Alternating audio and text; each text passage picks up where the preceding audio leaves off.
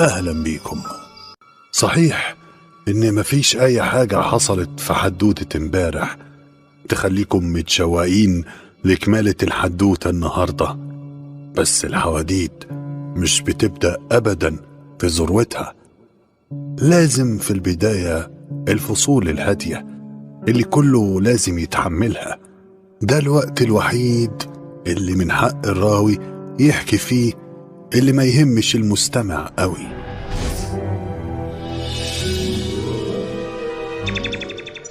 سيدي الزعيماش، رمضان 30 في حاجة مهمة لازم الزعيماش يشوفها. فيه ايه يا حد 365؟ اتكلم بسرعة. حراس شرغابة مايابان قبضوا على 3 غراب شبه رجال السماء. هاتوهم هنا بسرعة، خلينا نشوفهم ونتأكد منهم.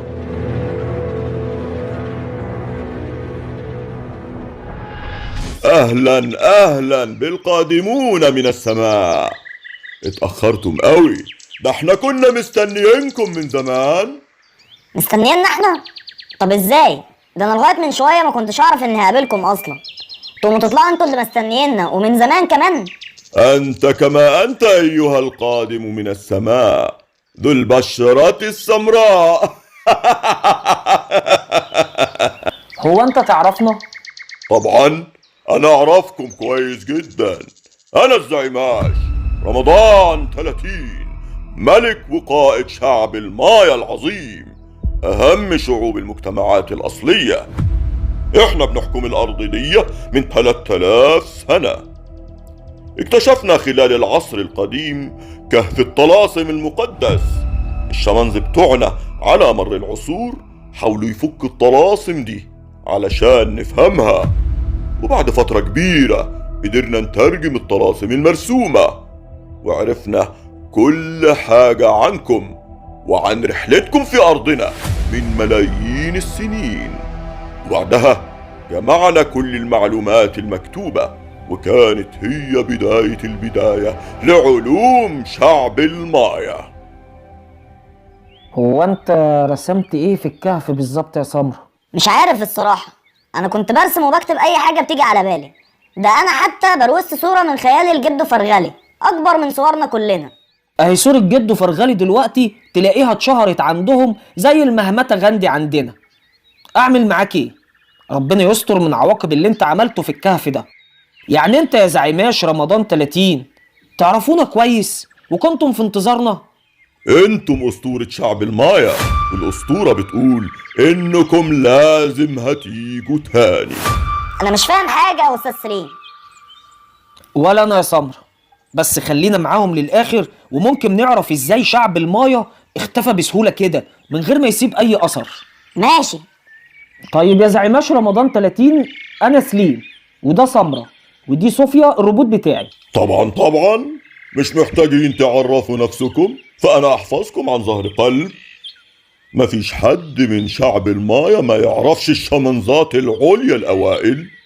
احنا حافظين أشكالكم من كهف الطلاسم، ده انتوا مثلي الأعلى، وبالتحديد هذا الأسمر الجميل. انا؟ انت تقصدني انا؟ انت بتتكلم بجد يا حاج رمضان 30؟ انا مثلك الاعلى؟ طبعا يا شمنز سمرة، انتوا ال3 أشهر شخصيات شعب المايا. وايه حكايه الشمانز دي بقى؟ الشمنز دول أصحاب مكانة رفيعة بين شعوب المايا، وبيكون وسيط بين عالم الواقع وعالم الأرواح المقدسة.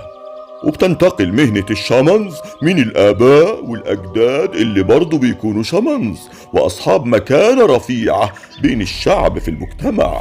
إن السحر والشعوذة والممارسات الطبية عند شعب المايا كانت مرتبطة ببعضها لبعض، فكانت خليط معقد يعتمد على تهيئة العقل وعلاج الجسد والاستعانة بالشعائر الدينية والعلم في نفس الوقت. كلامك صحيح يا أبلة صوفيا، انت شمنز إلكتروني فريد فعلا. أنا صوفيا، أول روبوت آلي يعمل بالذكاء الصناعي. قام بتصميمي الشمنز مستر سليم في القبو السري. صممت عام 2020 في مصر. أعتذر سيدي الزعيماش، أعتذر أبلة صوفيا الشمنز الإلكتروني الفريد عن قطع حديثكم الشيق. بس احنا محتاجين آراء الشمنزات العليا الثلاثة في تجنب الكارثة العظيمة على العالم كله بلا استثناء. كارثة ايه دي اللي هتنهي على العالم كله؟ أنا الشامنز خميس 672 معلم الرياضة والفلك للقبيلة، اكتشفت أنا والشامنز جمعة 601 زميلي وشريكي في أبحاثي العلمية لتطوير التقويمات المتشابكة لتسجيل الكسوف والخسوف. توصلنا أثناء تطوير أحد التقويمات المحلية بالتنبؤ بنهاية العالم بعد دورة سنوية واحدة من تاريخ النهاردة، مع العلم إن السنة المايوية بتتكون من 18 شهر وكل شهر 20 يوم، ويضاف طبعا ليها 5 أيام للطقوس الدينية.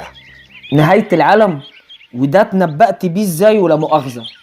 أنا الشمنز جمعة 601 زميل الشمنز خميس 672 في بحثه العلمي اللي كنا بنطور فيه تقويم العدة الطويلة، وده واحد من تقويمات شعبنا، شعب المايا العظيم، وده بيحسب الدورات الشمسية والقمرية وحركة الكواكب بمنتهى الدقة، وبيتتبع الوقت من خلال وحدات مختلفة تتراوح طولها من يوم واحد لملايين السنين. تقويم العدة الطويلة هتنتهي في دورة كاملة يوم 21 من شهر 12 لسنة 2012، وده مطابق فعلا لكل التنبؤات السابقة ومخططات النجوم، وإن التاريخ ده هو نهاية العالم، وفي كارثة كبيرة هتحصل هتدمر كوكب الأرض بكل أشكال الحياة اللي عليه.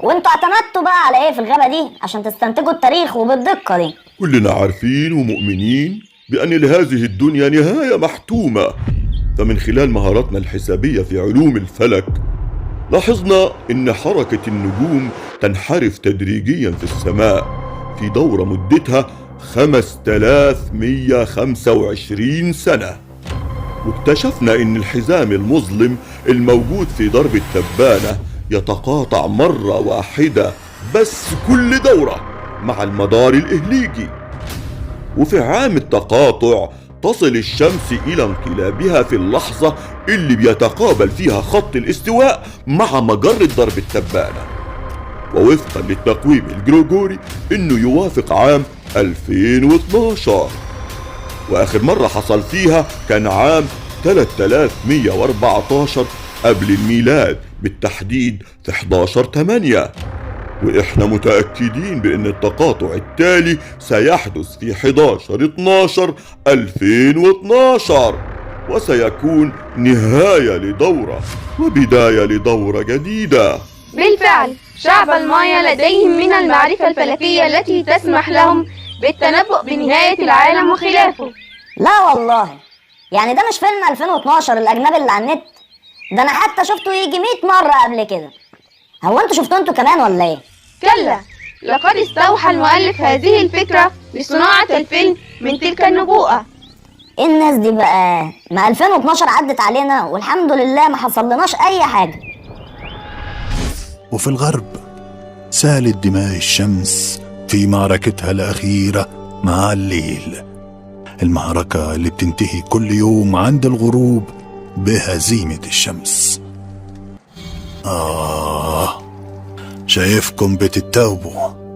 طيب أنا هوقف الحكاية هنا، وبكرة لما يجي الليل أحكي لكم عن اللي حصل